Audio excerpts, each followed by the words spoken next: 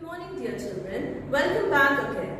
Children, we will first recap what all we did in our previous class. Children, we read about the author Jerome K. Jerome. We also dealt with how the author, along with his friends, decided to visit an island, the Magna Carta Island, which is situated in the edge of the river Thames in United Kingdom. We also studied how they managed to build up a tent and what all difficulties they faced to build up a tent. Children, if you remember, we also dealt with how they struggled to prepare the tea. Children, now let's start the remaining portion of the lesson to find out what all they did in the second part of the lesson. Alright children, open your book Oxford Inc. English Reader Part A, page number 58. Let's read, children.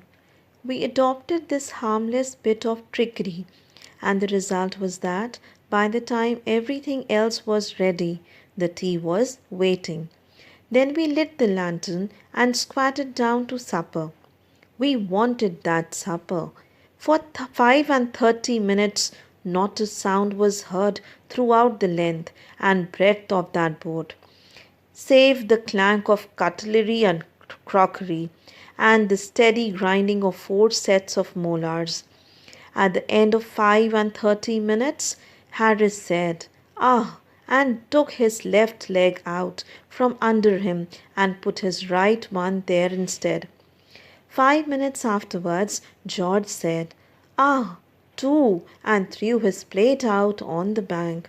And 3 minutes later than that, Montmorency gave the first sign of contentment he had exhibited since we had started, and rolled over on his side and spread his legs out.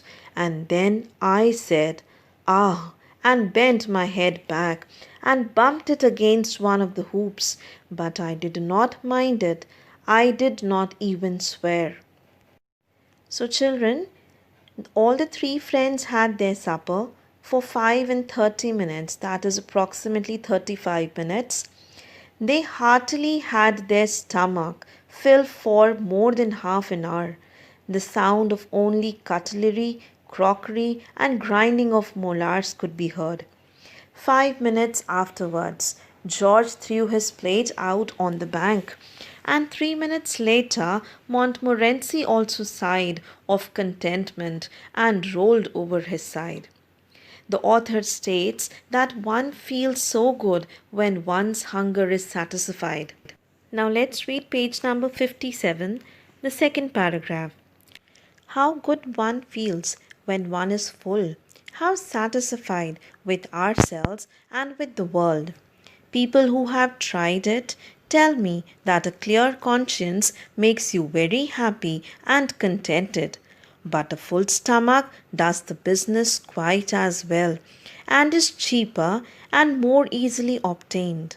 One feels so forgiving and generous after a substantial and well-digested meal, so noble-minded, so kindly-hearted. We are but the sorriest slaves of our stomach.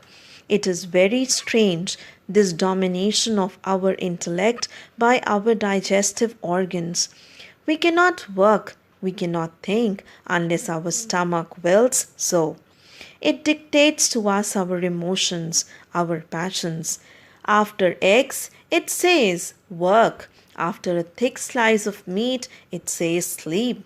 After a cup of tea, 2 spoonfuls for each cup, and don't let it stand more than 3 minutes, it says to the brain, "Now rise and show your strength." After hot muffins, it says, "Be dull and soulless, like a beast of the field, a brainless animal with listless eye, unlit by any ray of fancy, or of hope, or fear, or love, or life." Children, we just now discussed, the author states that one feels so good when one's hunger is satisfied.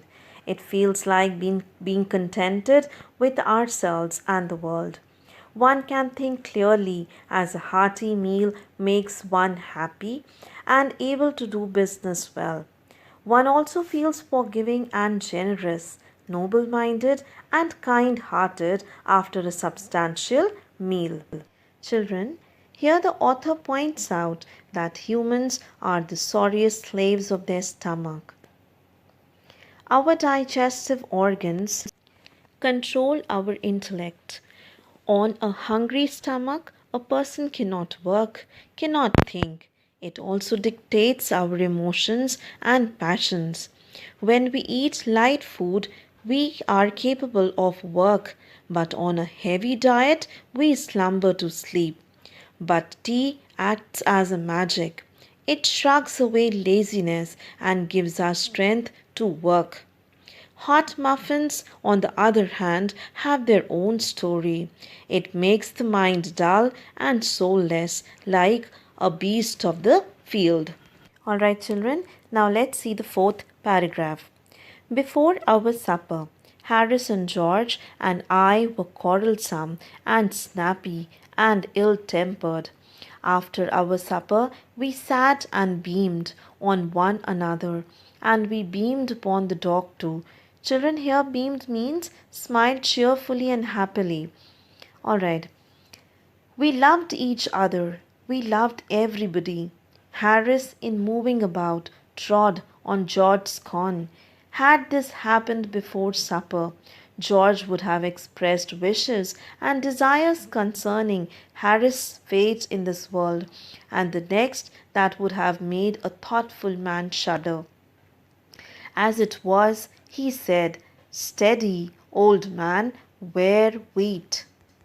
So, children, Harris, Jerome, and George were snappy and quarrelsome before supper. They were ill tempered too, but a substantial meal induced happiness in them, and they sat beaming with one another.